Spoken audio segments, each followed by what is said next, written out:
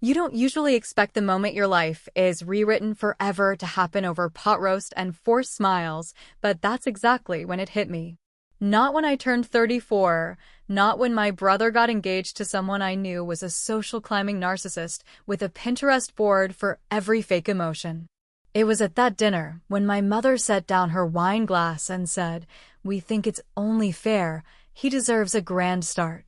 You should sign over your share of the inheritance for the wedding." That was the first sentence in a chapter one hadn't asked for.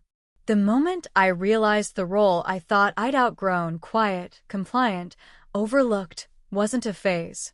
It was a position in a play they never stopped performing, and I had never been upgraded beyond chorus girl. I had always been the invisible one, the extra in every family photo, the placeholder at every holiday. The one they called dependable when they needed something moved, fixed, paid for, or smoothed over. Never glamorous, never celebrated, just there. My younger brother, Adam, was the golden boy, the miracle child, the one who never had to ask twice, never had to apologize.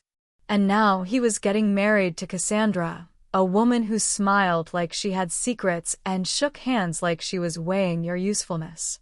The engagement had been a spectacle. Flashbulbs, a professional photographer hiding in the bushes, champagne flown in from somewhere they couldn't pronounce, but could certainly tag on Instagram. My parents were glowing like they'd won the lottery. And maybe they had. After all, they saw Adam as the vessel through which their social aspirations would finally be realized. A clean, shiny ticket out of our middle-class suburban trappings. A week after the announcement, they invited me over for dinner. It was pitched as a family moment, something cozy and intimate. But I should have known better when I saw the silverware, real silver. And the wine, actual vintage, not boxed. My mother was glowing in that tight, brittle way she always did when she was about to deliver a sermon she thought would sound like wisdom, but always landed like a punch. They waited until dessert to drop the bomb. I remember it with chilling clarity, the way my father leaned back in his chair, steepling his fingers like a second-rate CEO. My mother's practiced sigh. "You've always had enough," she said, her tone lilting with faux empathy. "It's time to let your brother have his moment." I let out a laugh. Or maybe it was more of a bark. Something too sharp, too loud for their curated scene. "You want me to what?" My mother blinked like I had misheard her, as though she was the one being inconvenienced. "The trust from Grandma Eleanor," she said, calmly, as if it were nothing. "We want you to sign your portion over. For Adam and Cassandra's wedding." My father chimed in with all the warmth of a tax form. "It's symbolic, really. A gesture of support. You don't need it. You've always been self-sufficient." It hit me then, not just the request, but the ease with which they made it. The way they looked at me like this was rational. Expected. Like I should be proud to be excluded for the sake of the family. Again. Adam just smirked. That same infuriating, smug tilt of his mouth that said I win. I always win. He didn't speak. He didn't have to. His silence was a trumpet blast of entitlement. I sat there, the edges of the table vibrating beneath my fingertips, my tongue caught behind my teeth. I wanted to scream. I wanted to flip the table. But most of all, I wanted to understand, when exactly had I stopped being a daughter and become a donor? My parents didn't see betrayal. They saw balance. They weren't asking me to give something up. They were telling me what I owed. They had rewritten our history without telling me. And this was the final draft. I didn't sleep that night. I stared at the ceiling, trying to remember every time I'd been the safety net. Every time they'd said I was the strong one when what they meant was the disposable one. I thought of the baby shower they hijacked for Adam's college acceptance. The mortgage payment I floated without being asked. The apology I never got after they used my college fund for his second attempt at law school, the one he dropped out of after 6 months. I realized that every act of support I had given them was used as ammunition against me. I had proven I could survive without them, so they had decided I should. That inheritance wasn't even that much, relatively speaking. A little over 70 grand. Enough for a modest safety net. Maybe the down payment on a small condo.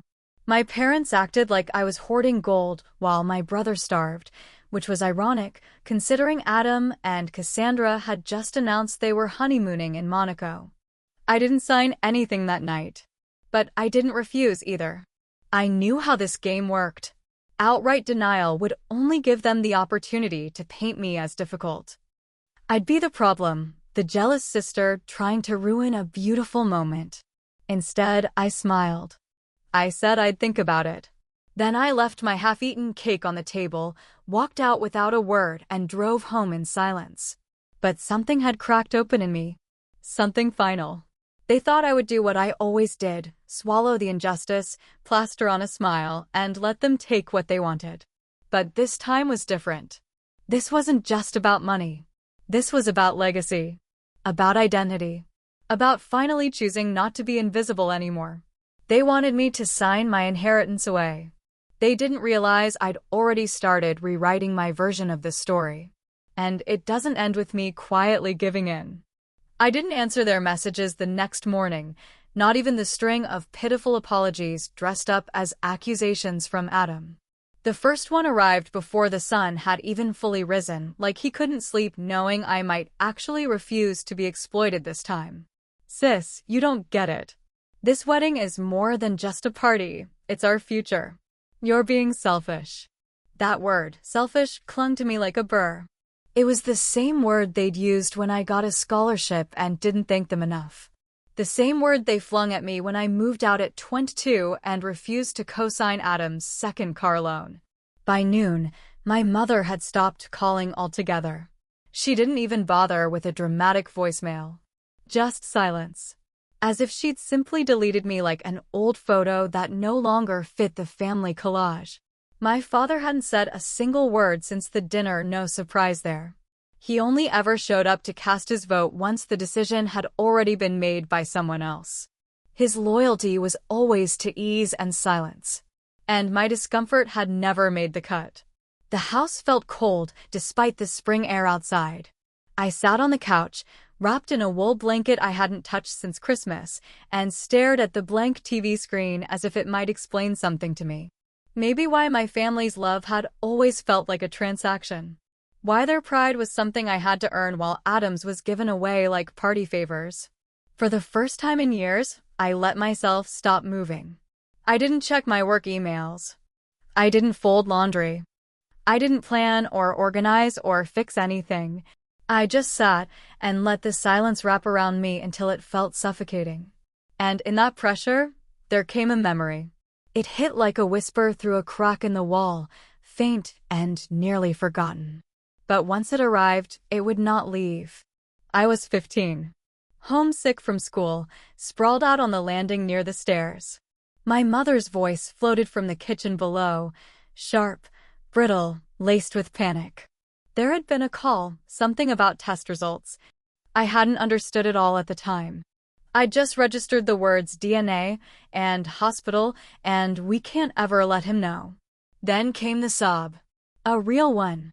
The kind of gut-wrench sound you never hear from a woman like my mother, who cried with her mascara intact and only when it served a purpose. Back then, I thought it was about a miscarriage or maybe an affair. Something private. Something adult. So I never brought it up. But now, with everything unraveling in front of me, it slithered back into my brain like a warning that had been ignored for far too long. I got up and went straight to the closet at the end of the hall. It still smelled like cedar and forgotten intentions. Inside, behind a broken Hoover and a pile of winter coats, was the old fireproof lockbox my mother used to keep at the top of her closet. I'd seen her bury papers in it after every doctor's visit, every tax filing, every so-called family emergency. It used to have a key, but this was the house where no one believed I paid attention. I already knew she kept the backup taped inside an old shoe. The box creaked open reluctantly. Papers spilled out like secrets wanting air. I sifted through birth certificates, report cards, vaccination records. And then, buried under a manila envelope labeled medical, Do not discard, I found it. A lab report. Nearly 2 decades old. My mother's name listed under legal guardian. Adam's name listed under patient. And just beneath that, 2 words that turned the room sideways. Non-paternity confirmed. I read it 3 times before I could breathe again. The air in my lungs turned thick, uncooperative. It wasn't a clerical mistake. It wasn't a maybe. It was a fact. My father, the man who taught Adam to shave, who gave him his old watch, who took him on fishing trips and called him champ, was not his biological father. And they knew. They had known for over 15 years. They had hidden it. The date matched the year my mother had her so-called nervous breakdown, when she'd gone on a sudden vacation alone and come back thinner, quieter, more fragile. My father never mentioned it. He just told us Mom needed rest. I thought she'd gone to a spa, but now I realized what she had done. She had gone to hide the truth, to bury the test, and to make a decision that would redefine how we were all allowed to exist. Because the moment she buried that truth, she rewrote our family story. Suddenly, everything made a cruel kind of sense. Why my mother always hovered around Adam like he was glass. Why she praised him even when he failed and excused him even when he lied. Why my father, despite his cold detachment, still tried to keep the illusion going. If he knew, and that test was dated in his name, so he had to have known, then his silence was the price of keeping the family intact. They'd spent 2 decades constructing a world where Adam was the golden boy because he had to be. He was the lie they needed to protect. And I had become the insurance policy, the emotional buffer, the biological daughter, the proof that the family still had some kind of legacy. I sat back on the floor, the report still clenched in my hand. My face burned, not with shame, but with clarity. All those years they told me I was the stable one, the one who didn't need help, the one who had to give more because I had more. It was never just about convenience. It was about survival. Their survival. They needed me to play my part so they could keep pretending. That's why they could ask me to give up my inheritance. Not because they thought I could afford it, but because they assumed I wouldn't question it. Because questioning it would unravel the lie. And they had bet everything on me never doing that. But they were wrong. I wasn't the quiet one anymore. I wasn't the one who swallowed pain and smiled for pictures. I was the one with the truth in her hands. And I was about to decide what to do with it. The rehearsal dinner had all the hallmarks of a fairy tale ending tailored for a social media highlight reel, twinkling lights suspended from trellised beams, long farmhouse tables adorned with wildflowers and linen runners, a jazz trio humming in the background like someone had summoned a soundtrack for wealthy pretenders. Cassandra had spared no expense in orchestrating the evening to mimic effortless elegance, though everything about it reeked of curated ambition and well-practiced charm. I hadn't intended to go. I told myself for weeks I wouldn't show up. Not to this. Not to them. But the night before, I found myself standing in front of my bathroom mirror holding the envelope again, the one with the test results that had turned my entire world into a cold-burning revelation. The one that had changed everything. And I realized I was done being silent. I was done letting them define what counted as family while I stood on the sidelines, treated like a resource, not a daughter. Not a sister. Not a person. I showed up at the dinner dressed not to impress, but to haunt. A sleek, tailored black dress. No sequins. No smile. Just the sharp silhouette of someone who had nothing left to lose and everything to expose. My entrance didn't go unnoticed. I watched my mother stiffen at the far end of the room, her wine glass halting midair like she'd seen a ghost. My father barely looked up from his conversation with one of Cassandra's uncles, just the barest flicker of recognition, as though his mind already suspected that nothing good would come of my presence. Adam, of course, was the picture of ease. Laughing, gesturing, moving through the crowd like he owned every breath in the room. And Cassandra, dressed in ivory silk that hugged her like an expensive secret, turned and gave me a smile that didn't reach her eyes. "You came," she said, lightly, like she hadn't been hoping I'd stay away. I did, I said, my voice smooth and unshaken. Wouldn't want to miss the warm-up act before the real performance. We took our seats. Courses came and went in polite succession. Champagne flutes clinked, compliments were exchanged like currency, and everyone basked in the glow of their collective delusion. I listened as Adam toasted his bride-to-be with that polished charm he'd always carried like a weapon, every word dipped in honey, every joke choreographed for applause. Then, near the end of the evening, Cassandra's father clinked his fork against a glass and stood. He thanked everyone for coming, thanked Adam for loving his daughter, and thanked the families on both sides for being shining examples of unity, tradition, and unconditional love. That was my cue. I rose slowly, deliberately, holding my own glass as I stepped toward the head of the table. There was a murmur of approval at first. A few scattered claps, someone saying, "Oh, how nice," assuming I was about to deliver some heartfelt tribute to the glowing couple. I raised my glass, let the light hit it, and took in the faces around me. My parents, my brother, Cassandra's family, strangers dressed like friends. All of them sitting in a bubble about to be pierced. To family, I began, my voice clear but quiet, loud enough that everyone had to lean in slightly to hear. However we define it. Because sometimes family is the people who raise you, and sometimes family is the people who lie to you for years. There was a flicker in the room. The musicians slowed. Someone at the far end chuckled, thinking I was making a quirky joke. I didn't smile. I continued. Sometimes family means comfort. Sometimes it means protection. And sometimes family holds secrets so deep, so tangled, that even the groom doesn't know he's not one of us. There it was. The rupture. A sharp gasp sliced the air. 2 glasses clinked too hard. My mother's hand shot to her chest like she was shielding herself from an invisible bullet. My father paled.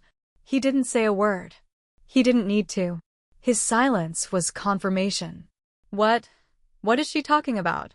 Adam's voice cracked as he stood abruptly, confusion and embarrassment battling for dominance across his face. His cheeks flushed red, his hands twitching at his sides.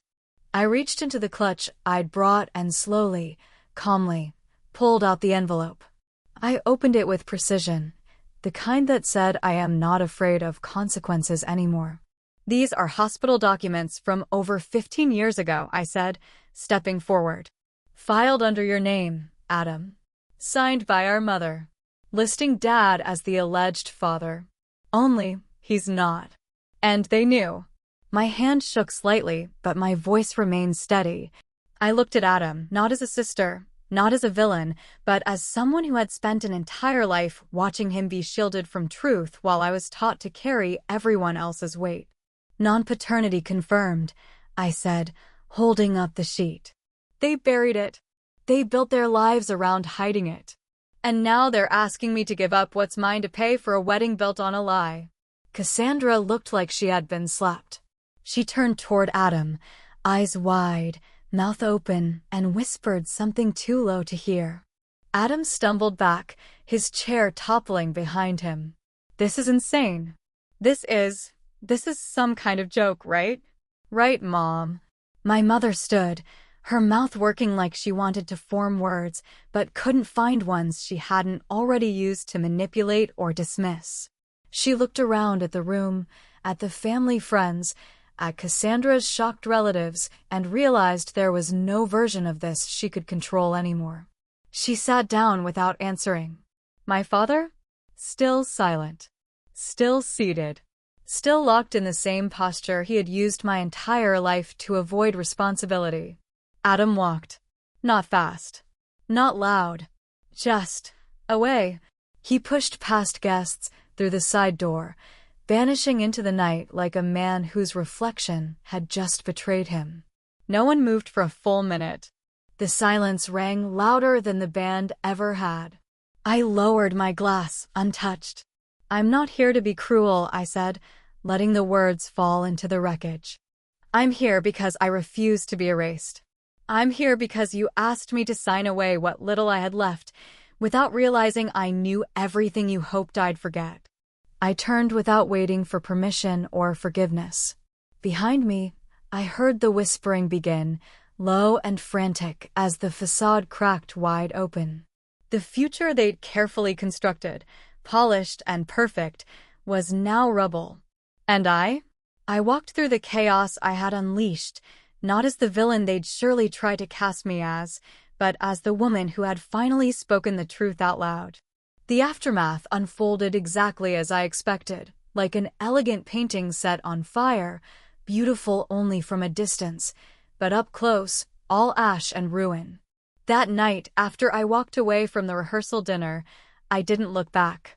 Not when the guests stood stunned with their champagne flutes suspended midair, not when my mother's voice cracked beneath the weight of her own silence, and not when my father's expression finally betrayed the years of cowardice he'd buried beneath dispassion and detachment. I didn't have to witness the collapse to know it had begun. The next morning, my phone lit up like a city skyline. Missed calls, voicemails, texts that veered between pleading and blame. Adam sent the first one at 3:12 a.m., and it was nothing short of incoherent rage and unraveling ego. How could you do this to me? What kind of sister does that? Do you even understand what you destroyed? I read it once, then again, then deleted it. By noon, he had called 8 times. Each voicemail sounded more fractured than the last. They lied to me, he said in one, voice slurred, his breathing uneven. They lied, and you humiliated me in front of everyone I know. What am I supposed to do with that? What do I do now? The next message was quieter, but more desperate. Tell me it's not true. Just tell me it's fake, or wrong, or a mistake. I'll believe you.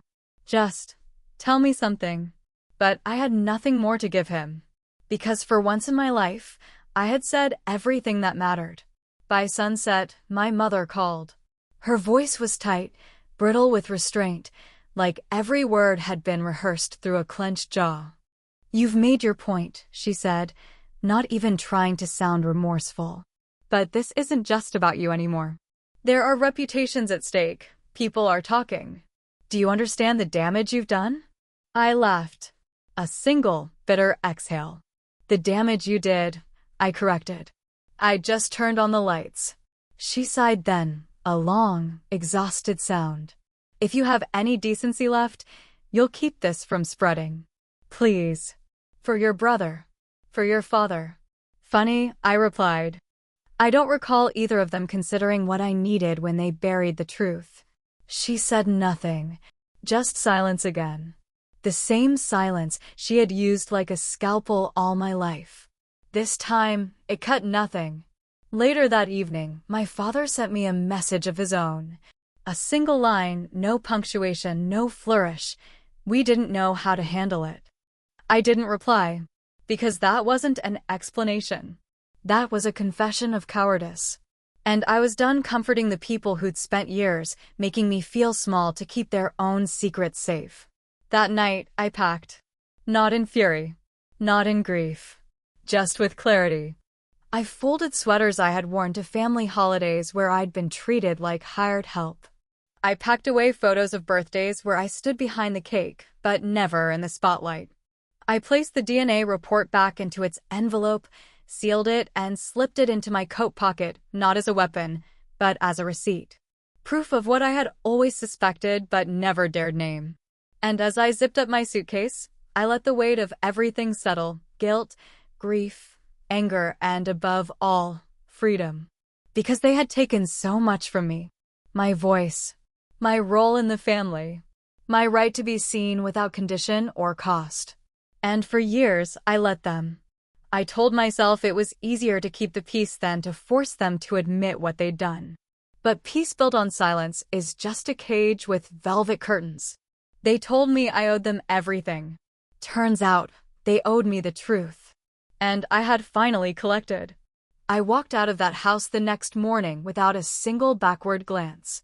The air felt cleaner, crisper, as if even the atmosphere had shifted to make space for the woman I had become. Not their safety net. not their fixer. Not the extra seat at the table, but a whole damn storm in her own right. The inheritance? Still mine. My name? Untarnished. My worth? No longer up for debate. I didn't say goodbye. I didn't send a final text. I didn't leave a note behind. Some exits are louder in silence. As I loaded my suitcase into the trunk and turned the key in the ignition, I felt it, the kind of quiet that doesn't mean absence, but resolution. The kind of quiet that says, this story isn't over, but your part in their version is. I was done playing the invisible sibling, the dutiful daughter, the forgotten heir. And just when they thought the drama was over, I discovered one more secret buried in the family safe. Subscribe now. You're going to want to hear this.